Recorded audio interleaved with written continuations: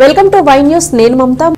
తుని పట్టణ అభివృద్ధికి బృహత్తర పథకాలను రూపకల్పన చేస్తున్నామని ప్రభుత్వ విప్ యనమల దివ్య అన్నారు. తుని పురపాలక సంఘం ఏర్పాటు చేసిన 79వ స్వాతంత్ర దినోత్సవ వేడుకలకు మాజీ ఎమ్మెల్యే రాజా అశోక్ బాబు, సీనియర్ నేత యనమల రాజేష్ తో కలిసి ప్రభుత్వ విప్ యనమల దివ్య ముఖ్య అతిథిగా విచ్చేశారు. అనంతరం చైర్పర్సన్ నార్ల భువనసుందరి, వైస్ చైర్మన్లు కొచ్చర్లపాటి రూపాదేవి, అచంట సురేష్, కౌన్సిలర్లతో కలిసి జాతీయ నేతల చిత్రపటాలకు పూలమాలలు వేశారు. అనంతరం జాతీయ జెండాను ఎగురవేసిన ఎమ్మెల్యే యనమల దివ్య విద్యార్థుల నుంచి గౌరవ వందనాన్ని స్వీకరించారు. ఈ కార్యక్రమంలో సీనియర్ నేత మోతుకూరి వెంకటేష్, మాజీ chairperson Inuganti Satyanarayana, town TDP అధ్యక్షురాలు కుసుమంచి శోభారాణి సత్యనారాయణ, గవర కార్పొరేషన్ డైరెక్టర్ మల్లా గణేష్, కమిషనర్ వెంకట్రావు తదితరులు పాల్గొన్నారు. అందరికీ స్వాతంత్ర దినోత్సవ శుభాకాంక్షలు. ఈనాటికి స్వాతంత్రం వచ్చి 78 సంవత్సరాలు అయింది. ఈ 78 సంవత్సరాలు ఈ స్వాతంత్రం రావడానికి ఎందరో మహానుభావుల కృషి ఫలితం మనం ఈ రోజు ఈ స్వాతంత్రాన్ని పొందుతున్నాము. ఈ స్వాతంత్రం అనేది ఏ ఒక్కరికి పరిమితం కాదు, అందరికీ సమానత్వం, అందరికీ సమానంగా ఈ స్వాతంత్రం అందించడమే మన యొక్క జయం.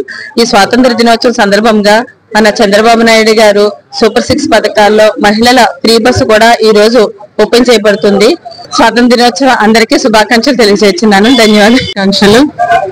ఈరోజు ఫ్లాగ్ హోస్టింగ్ ఇక్కడికి వచ్చేసిన కార్యకర్తలు, ముఖ్య అతిథులు దివ్య మేడం గారికి, అలాగే రాజా అశోక్ బాబు గారికి, అలాగే ఇతర పెద్దలకి అందరికీ కూడా నమస్కారాలు.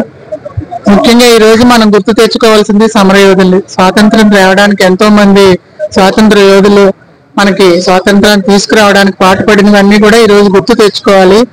అటువంటి మానవులు స్వాతంత్రాన్ని మనకు తీసుకొచ్చిన తర్వాత ఎంతో స్వతంత్రంగా స్వేచ్ఛగా ఈ రోజు మనం బతుకుతున్నాము అంటే వాళ్ళు తెచ్చిన వాళ్ళ పోరాటం, వాళ్ళు చేసిన మామూలుగా అమరవీరులు చేసిందంతా కూడా గుర్తు తెచ్చుకోవాలి.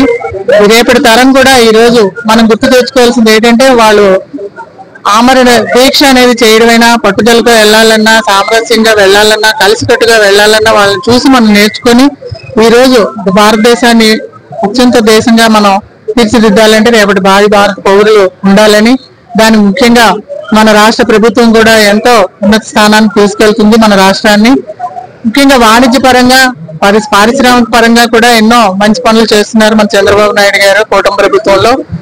అటువంటివి ఉపయోగించుకొని మన వంతు కూడా భారతదేశాన్ని ముందుకు తీసుకెళ్లే విధంగా పాటుపడదాం, సాధిద్దాం అనేది నేను చెప్తున్నాను. థ్యాంక్ యూ అందరికీ.